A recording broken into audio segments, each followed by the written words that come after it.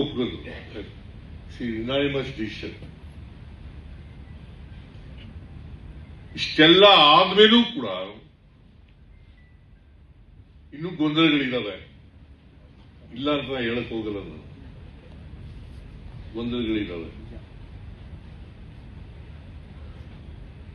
ಈ ಗೊಂದಲಗಳೆಲ್ಲ ನಿವಾರಣೆ ಆಗ್ಬೇಕಾದ್ರೆ ಮುಂದಿನ ದಿನಗಳಲ್ಲಿ ಅದನ್ನ ಈಗ 5 ಕಾಲು ಆಗಿದೆಯಲ್ಲ, 4:15 ಆಗಿದೆಯಲ್ಲ, ಇದು ಹೇಗೆ ಕೆಲಸ ಮಾಡ್ತದೆ ಇದರ ಅನುಭವದ ಮೇಲೆ ಮುಂದೆ ಮಾಡ್ತಕ್ಕಂಥ ಕೆಲಸವನ್ನ ಮಾಡಬೇಕು.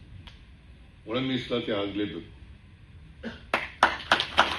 ಅದ್ರ ಬಗ್ಗೆ ಯೋಚನೆ ಮಾಡ್ತಿಲ್ಲ. ನಾನು ಆಗ್ಲೇ ಪ್ರಸ್ತಾಪ ಮಾಡದಂತೆ ನಾನು ಚೀಫ್ ಮಿನಿಸ್ಟರ್ ಅಲ್ಲ, ಈಗ ಹೇಳೋದಷ್ಟೇ. ಡಿ.ಕೆ. ಶಿವಕುಮಾರ್ ಈಗ ಚೀಫ್ ಮಿನಿಸ್ಟರ್ ಇದ್ದಾರೆ. ಅವ್ರು ಹೇಳಿದ್ರು ಸಿದ್ದರಾಮಯ್ಯನವ್ರು ಏನ್ ಹೇಳ್ತಾರೆ ನನಗೆ ಅದಕ್ಕೆ ಒಪ್ಪಿಗೆ ಇದೆ ಅಂತ ಹೇಳ್ತಾರೆ. ನಾನು ಹೇಳ್ತೀನಿ,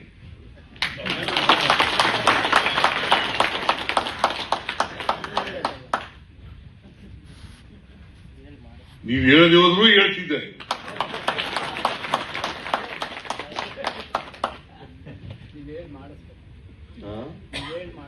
ಆಯ್ತಪ್ಪ, ನಾ ಹೇಳೋದಷ್ಟೇ ಅಂತಂದಲ್ಲ.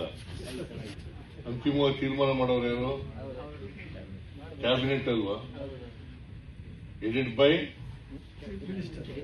ಡಿ.ಕೆ. ಶಿವಕುಮಾರ್ ಅಲ್ವಾ? ಅದು ನಮ್ಮ ಸರ್ಕಾರ ಇದೆ. ನನಗೆ ವಿಶ್ವಾಸ ಇದೆ, ನನ್ನ ಮಾತು ಕೇಳ್ತಾರೆ ಅಂತಕ್ಕಂಥ ವಿಶ್ವಾಸ ಇದೆ. ಪ್ರಯತ್ನ ಮಾಡ್ತೀನಿ, ಪ್ರಾಮಾಣಿಕವಾಗಿ ಪ್ರಯತ್ನ ಮಾಡ್ತೀನಿ.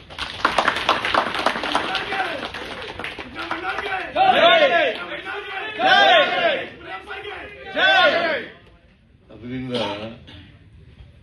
ಮೀಸಲಾತಿ ಎಲ್ಲಿವರೆಗೆ ಇರ್ಬೇಕಪ್ಪ ಅಂತಂದ್ರೆ ಅಸಮಾನತೆ ಹೋಗೋವರೆಗೂ ಇರ್ಬೇಕು. ಎಲ್ರಿಗೂ ಸಮಾನ ಅವಕಾಶ ಸಿಕ್ಕವರೆಗೂ ಇರ್ಬೇಕು.